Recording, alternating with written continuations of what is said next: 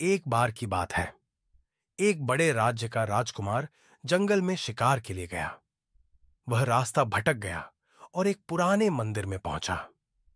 वहां उसे एक बहुत ही सुंदर राजकुमारी मिली, जो बहुत दुखी लग रही थी। राजकुमार ने उससे पूछा, तुम यहां अकेली क्या कर रही हो?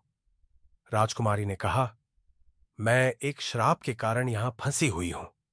अगर कोई व्यक्ति मेरे लिए 3 कठिन परीक्षाएं पास कर ले तो मैं उससे विवाह कर सकती हूं, अन्यथा वह मृत्यु को प्राप्त करेगा। राजकुमार ने राजकुमारी से विवाह करने की इच्छा जताई और परीक्षाएं देने को तैयार हो गया। पहली परीक्षा, राक्षस से युद्ध। राजकुमारी ने बताया कि पहले उसे एक भयंकर राक्षस से युद्ध करना होगा। राजकुमार ने अपनी तलवार निकाली और बहादुरी से राक्षस से युद्ध किया। उसने अपनी चतुराई और ताकत से राक्षस को हरा दिया। दूसरी परीक्षा, माया जाल से बाहर निकलना। फिर राजकुमारी ने कहा कि अब उसे एक जादुई जंगल से सही रास्ता निकालकर बाहर आना होगा। जंगल में कई भ्रम पैदा करने वाले दृश्य थे, लेकिन राजकुमार अपनी बुद्धि से असली रास्ता पहचान कर बाहर निकल आया। तीसरी परीक्षा, सच की परीक्षा। अंतिम परीक्षा में राजकुमारी ने कहा, अब तुम्हें यह साबित करना होगा कि तुम वास्तव में मुझसे प्रेम करते हो और केवल राज्य पाने के लिए मुझसे विवाह नहीं करना चाहते। राजकुमार ने कहा, मैं तुमसे प्रेम करता हूं और तुम्हारे बिना जीवन की कल्पना भी नहीं कर सकता।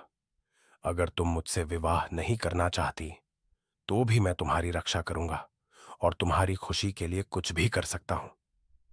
राजकुमारी मुस्कुराई और कहा, तुमने सच साबित कर दिया। अब मैं तुमसे विवाह करने के लिए तैयार हूं।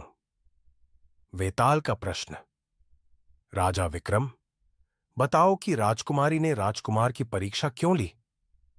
राजा विक्रम का उत्तर, राजा विक्रम ने कहा, राजकुमारी समझदार थी। वह चाहती थी कि उसका पति केवल उसकी सुंदरता या राज्य के लालच में ना आए, बल्कि उसका सच्चा प्रेमी हो। इसीलिए उसने उसे कठिन परीक्षाओं से गुजारा, जिससे वह यह साबित कर सके कि वह उसके योग्य है।